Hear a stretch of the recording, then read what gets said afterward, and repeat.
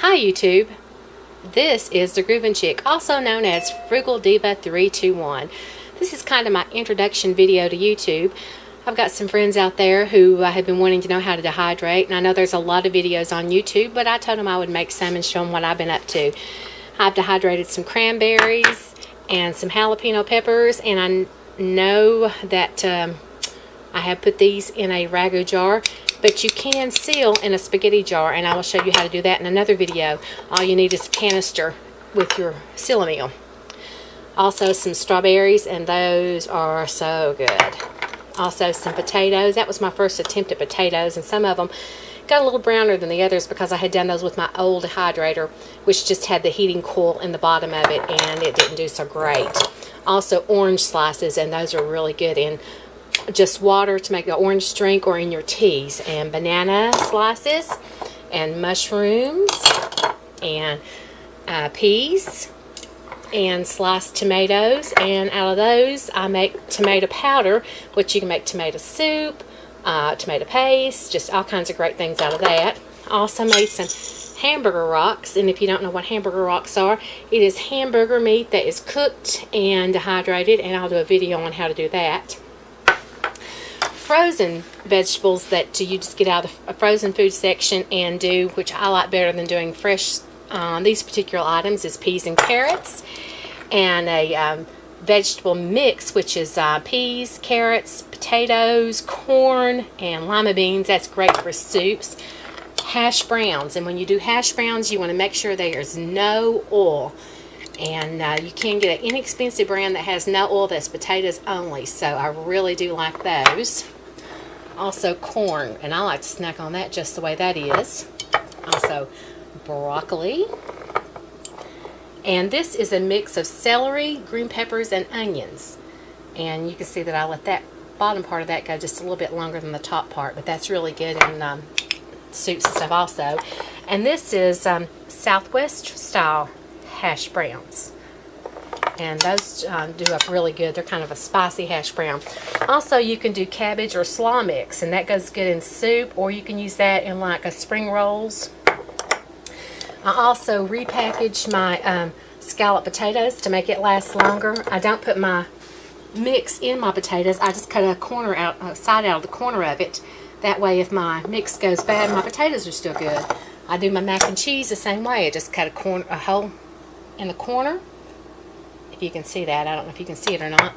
Right there. I cut a hole in the corner of the packaging of the mac and cheese, or the mac part. Cut out my instructions, put it in my jar. That way if the cheese part goes bad, I still have my macaroni to use. And I also love to dehydrate little Tommy Toes. And I love to parboil my carrots and slice those. That is 7 pounds of carrots in that quart jar. And those are beautiful. Now this is just baby carrots. I didn't parboil those. But that's just 1 bag of baby carrots. I also do spinach. And that's, I think, 3 bags of this type spinach. And I got this bag on sale today for 50 cents. So I'm going to do that bag tonight. Also, when I get macaroni on sale, I redo my macaroni into jars and vacuum seal them. You can also seal crackers, and they said they will last for 10 years. I'll do a video on how to do those. In bulk, I buy my oatmeal, my rice, popcorn, again, in a spaghetti jar. I also use oxygen absorbers, which makes your food last a lot longer too when you put it in storage.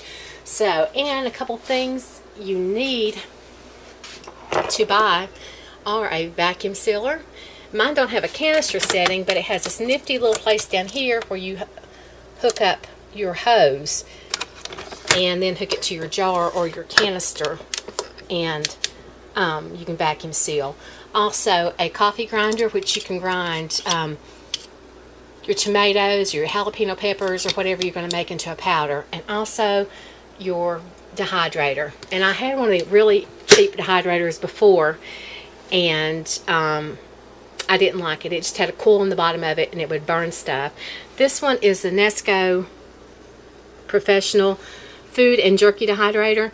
The only complaint I have about it is when you go to clean it, your numbers and stuff start wiping off. So I coated it with clear nail polish before they got all gone so that they wouldn't be invisible. But other than that, that's the only complaint I have about it. It works great.